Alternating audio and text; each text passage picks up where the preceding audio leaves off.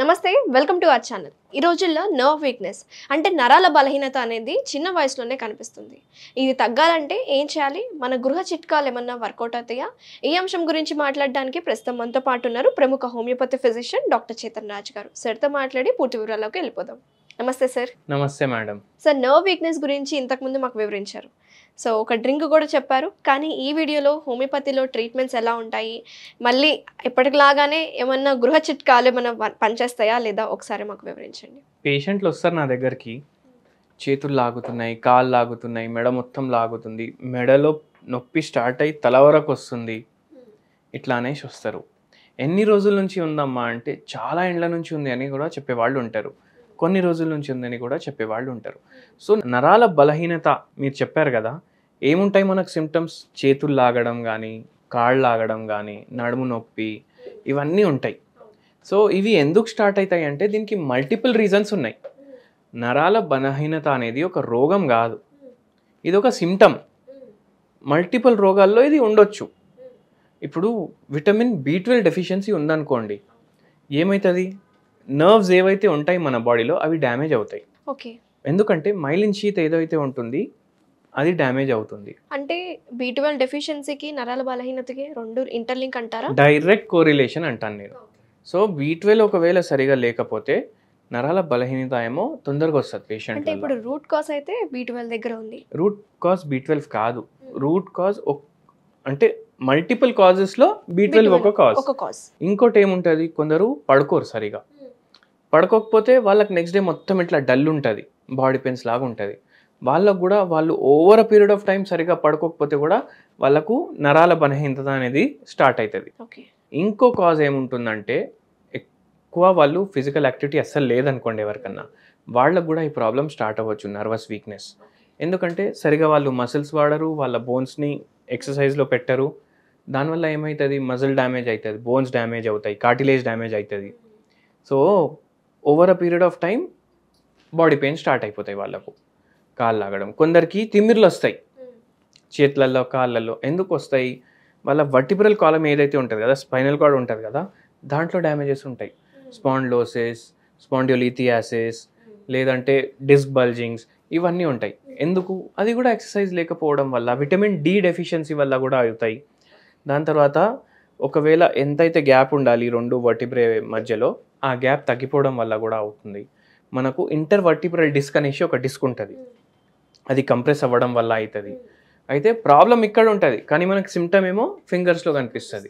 కాళ్ళు లాగుతున్నాయి, చేతులు లాగుతున్నాయి, కాళ్ళు మంటలు, అరికాళ్ళ మంటలు, అరచేతులు మంటలు, అంటే ఇది నరాల బలహీనత అనుకోవచ్చా, లేకపోతే డయాబెటిక్ పేషెంట్స్లో కూడా కనిపించే ఈ ప్రాబ్లం అనుకోవచ్చా? ఇప్పుడు ఇది నరాల బలహీనతలో కూడా కన్సిడర్ చేస్తాం మనం, ప్లస్ డయాబెటీస్ వల్ల కూడా నరాల బలహీనత అనేది ఎక్కువ అవుతుంది అనమాట. సో అందుకే డయాబెటిక్స్లో, థైరాయిడ్ పేషెంట్స్లో ఈ సిమ్టమ్లు ఎక్కువ కనిపిస్తాయి. వాళ్ళు షుగర్ లెవెల్స్ మెయింటైన్ చేసుకోవాలి, రెగ్యులర్ పెట్టుకోవాలి. అండ్ డయాబెటీస్ పూర్తిగా రివర్స్ కూడా చేయొచ్చు. చాలా మందికి తెలియదు, హోమియోపతి వాడితే అది కూడా రివర్స్ అవుతుంది. ప్లస్ కొందరికి నిద్ర సరిగా ఉండదు కదా, వాళ్ళకు మజిల్స్ టైట్ అయిపోతాయి. సో మళ్ళీ మజిల్స్ కూడా లూజ్ చేయొచ్చు హోమియోపతి వాడి. నర్వస్ వీక్నెస్ ప్రాబ్లం తోటి సఫర్ అయిన వాళ్ళు ఒకవేళ హోమియోపతికి 100 మంది వచ్చారనుకోండి, ఆ 100 మందికి ఆ ప్రాబ్లం పర్మనెంట్గా తగ్గిపోతుంది. హోలిస్టిక్ అప్రోచ్ ఉంటుంది, ప్లస్ మనం మైండ్ సిమ్టమ్స్ని కూడా కన్సిడర్ చేస్తాం. ఇప్పుడు ఒక చిన్న పిల్లోడు 14 years ఉండే 2 years బ్యాక్ 3 years బ్యాక్ తీసుకొని వచ్చిండ్రు అనమాట. 5th క్లాస్ నుంచి 9th క్లాస్కి వచ్చినప్పుడు వరకు రెగ్యులర్లీ కాళ్ళు లాగడం, చేతులు లాగడం కంప్లైంట్ చేస్తుండే. చిన్నపిల్లల్లో ఈ ప్రాబ్లం కామన్. అంటే స్కూల్ గోయింగ్ కిడ్స్లో ఒక కాలే నొప్పి వస్తుంది అని చెప్తారు. దానికి అయితే ఏమైంది, ఈ పిల్లోనికి అట్లనే ఉండే, కాళ్ళు లాగడం, చేతులు లాగడం ఉండే. అయితే చాలా మంది డాక్టర్ల దగ్గర తీసుకొని పోయినరు.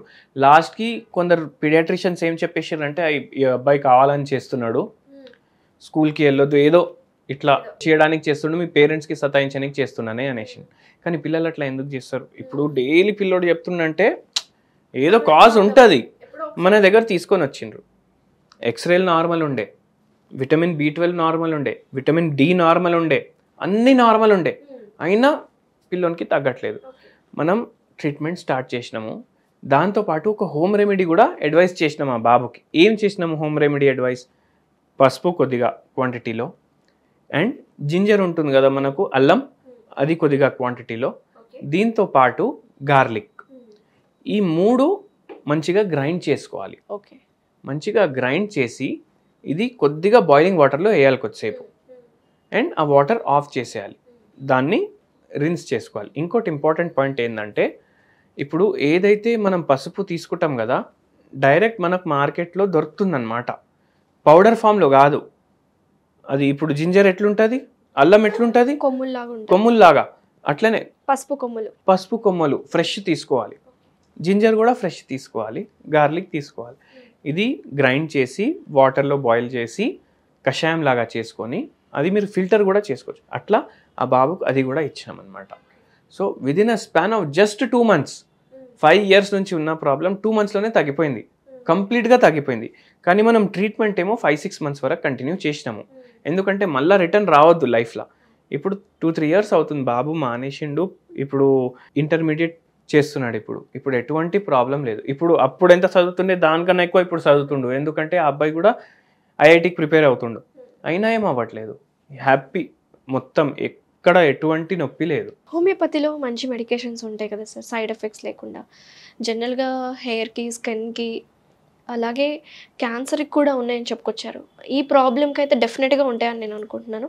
సో ఎలా, ఏమన్నా మెడికేషన్ ఏమైనా చెప్తారా? ఇప్పుడు మనం హోలిస్టిక్ ట్రీట్మెంట్ ఇస్తాం పేషెంట్లకు. సో కంప్లీట్గా తగ్గాలంటే మీరు కంపల్సరీ డాక్టర్ దగ్గర రావాలి. కానీ రిలీఫ్ కోసం ఇప్పుడు ఎప్పుడైనా మీకు చేతులు లాగడు అట్లా అవుతుంది, కాళ్ళు లాగడం అట్లా అవుతుందంటే ఒక మెడిసిన్ చెప్తాను. కోలోసిన్ అని ఒక మెడిసిన్ ఉంటుంది. ఇది 10 potency తీసుకోవాలి.